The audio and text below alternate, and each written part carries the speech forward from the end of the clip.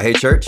With this being my first opportunity to join you in your group this year, let me say thanks for making Connect Group a priority. We try to say it fairly often that consistency in attending a group is what really adds value to both the discussions that take place and the relationships with others in the group. Now, I know last week expectations was a portion of your conversation, and I hope that your group's community service project was part of that conversation.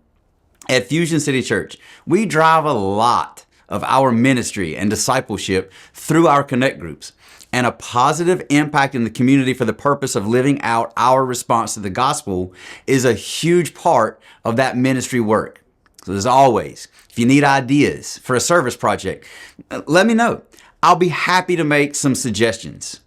I hope that you've enjoyed the first couple of weeks of our journey through the book of Ephesians. I've really been looking forward to teaching it.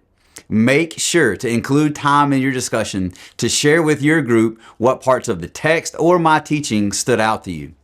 In addition to sermon discussion, as you're already aware, we're studying the book of Job in groups for a large portion of the year.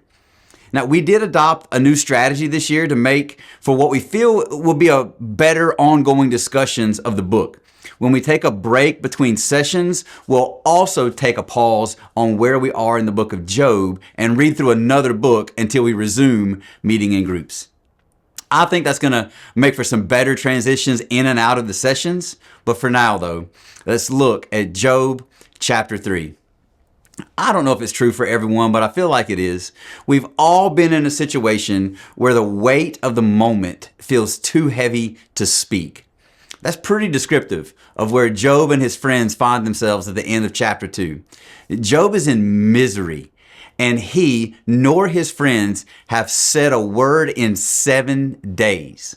Then, in chapter 3, the silence breaks, and we hear what is not theology, not explanation, not answers. We hear lament.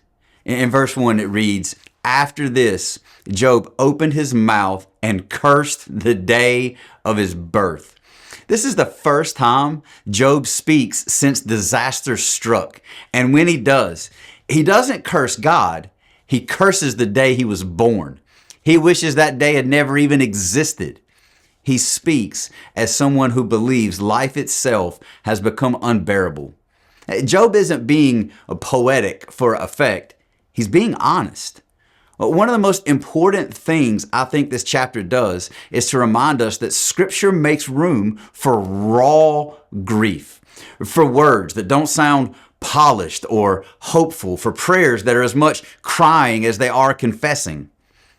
That's Job's disposition for the rest of the chapter. In verse 11, Job asks this haunting question: why was I not stillborn? And this really gives us a window into the depth of agony that he's in.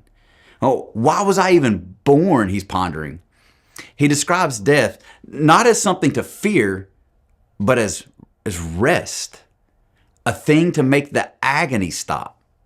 Now, I have to tell you, that's a really good take to have about death. And just a few weeks ago, my grandmother passed away. Now, I was there when it all happened. And that day, death felt more like rest than anything that was feared.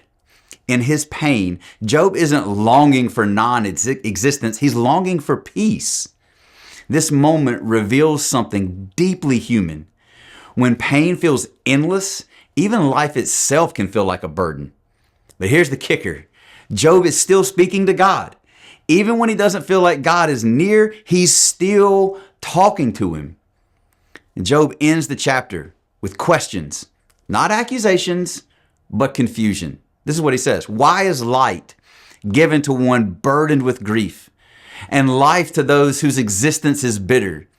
He admits that his fears have come true. His peace is gone. His rest shattered. This chapter, it doesn't resolve anything. There's no answer from heaven. There's no explanation for suffering, but it gives us something just as important: permission to bring our pain into God's presence without editing it. Job chapter 3, it teaches us that faith doesn't mean silence in suffering. It means honesty before God.